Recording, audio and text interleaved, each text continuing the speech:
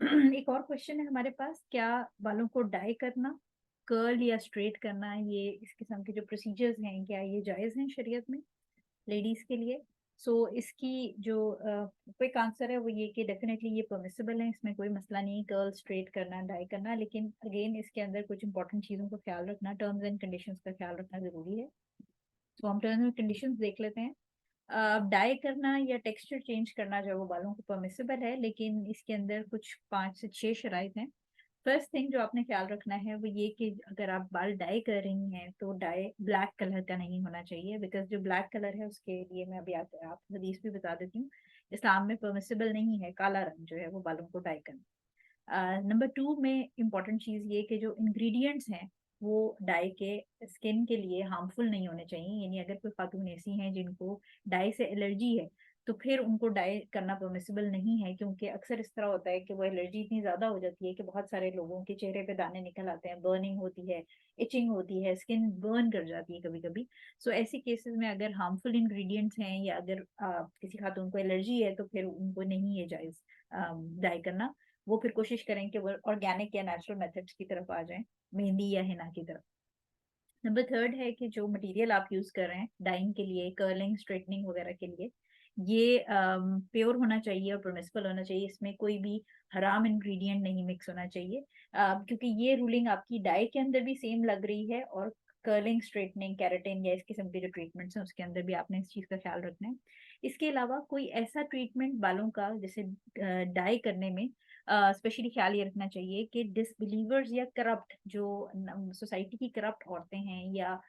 जो कुफार हैं उनका कोई फैशन ट्रेंड आप डाई ना करा लें बालों में, जैसे कि बाहर के मुल्कों में हम देखते हैं कि फ्लोरेसेंट ग्रीन या शॉकिंग पिंक या पर्पल या एलजीबीटीक्यू के फ्लैग के कलर के बाल उन्होंने स्ट्रैंड्स कराए होते हैं, तो इस किस्म का फैशन ट्रेंड औरतों में मुसलमान औरतों में परमिसिबल नहीं है। इसके अलावा जो खवातीन ऐसे कोई भी अपने ट्रीटमेंट्स कराती हैं उन्होंने उनको ये बाल अपनी, क्योंकि एक तो बाल वैसे भी दिखाना जायज नहीं है, प्लस ये कि क्योंकि ये डोरमेंट हो गई एक स्पेशल काइंड आपने एक जीनत का काम है, तो ऑब्वियसली बाल भी दिखाना परमिसिबल नहीं है और इस तरह तो बिल्कुल ही परमिसिबल नहीं है।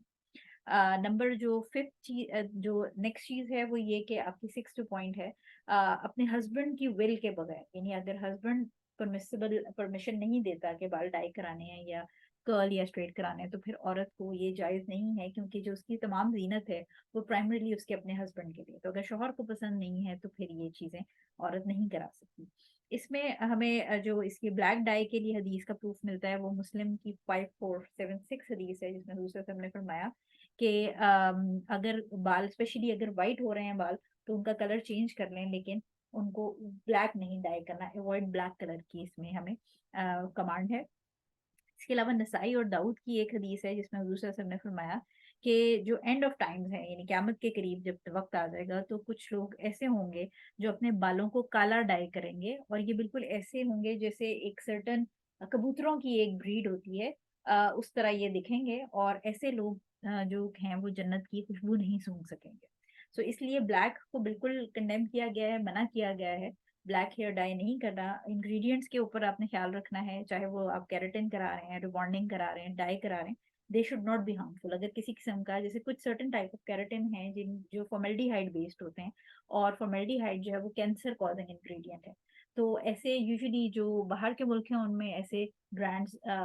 उनको अप्रूवल नहीं मिलता, लेकिन अनफॉर्चुनेटली जो छोटे कंट्रीज हैं वहाँ पर इस किस्म के ब्रांड्स अवेलेबल होते हैं जो कि केराटिन के अंदर फॉर्मेल्डिहाइड होता है और उसकी फ्यूम से कैंसर के साथ वो लिंक है, कार्सिनोजेनिक है। तो ऐसी चीज़ों को इस्लाम में फिर परमिशन नहीं है, ऐसे प्रोसीजर्स की जहाँ पर ब्यूटी की वर्थ में या ब्यूटी के एक्सचेंज में हेल्थ जो है वो खराब हो रही है। And Allah knows the best.